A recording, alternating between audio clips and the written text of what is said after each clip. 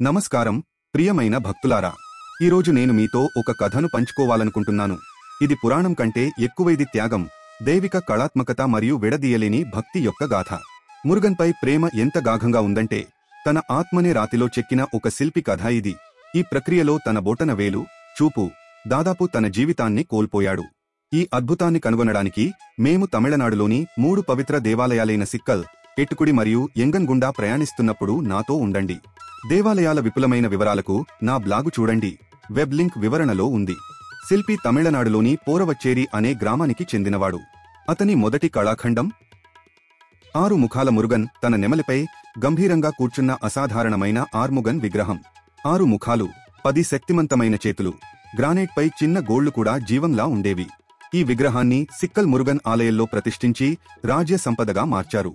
యాదృచ్ఛికంగా సిక్కిల్ శివాలయం ఒక దేవరపడాల్ పెట్రా స్థలము మరియు తిరుప్పుగఢ్ స్థలము. ఇక్కడ పార్వతీదేవి సూర సంహారం కోసం మురుగన్కు శక్తి వేలిచ్చింది. కాని పరిపూర్ణతకు ఒక విలువ ఉంటుంది. పాలక చోళ రాజు శిల్పి ఈ అందాన్ని మరెక్కడైనా ప్రతిబింబించవచ్చని భయపడ్డాడు. తన రాజ్యంలో అలాంటి విగ్రహం మాత్రమే ఉండాలని కోరుకున్నాడు.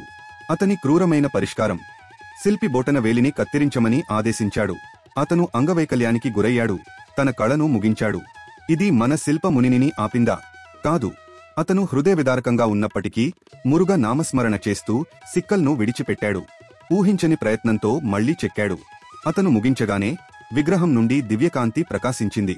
నెమలి కూడా ఎగురుతున్నట్టు అనిపించింది. అతను ఏటీపీడి అని అరిచాడు. క్యాచ్ చేయండి. అతను ఆ దివ్య పక్షి కాలును పట్టుకుని దానిపై ఒక గుర్తును మిగిల్చాడు. ఆ ప్రదేశం ఎట్టుకుడిగా మారింది.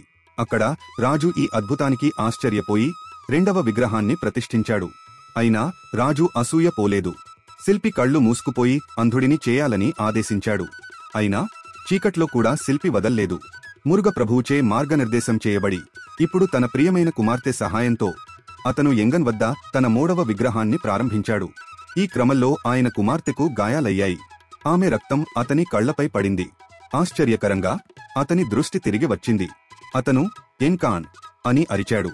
నా కళ్ళు. అందుకని ఆ ప్రదేశానికి ఎంగన్ అనే పేరు వచ్చింది. చివరకు రాజుకు అర్థమైంది. క్షమించమని వేడుకుంటూ శిల్పి కాళ్ల మీద పడ్డాడు. ఎంగన్ వద్ద మా శిల్పముని ముక్తిని పొందింది. అతని జీవ సమాధి అక్కడ ఉంది. అతని త్యాగానికి నిశ్శబ్ద సాక్ష్యం. ఎంగన్ ఆలయంలోని సుబ్రహ్మణ్యస్వామిపై అరుణగారినాథర్ సంగ్ తిరుపుగఢ్. కాబట్టి వచ్చేసారి మీరు సిక్కల్, ఎట్టుకుడి లేదా ఎంగన్ను సందర్శించినప్పుడు దేవతను ఆరాధించండి. అవును, కానీ ఆ త్యాగాన్ని కూడా స్మరించుకోండి.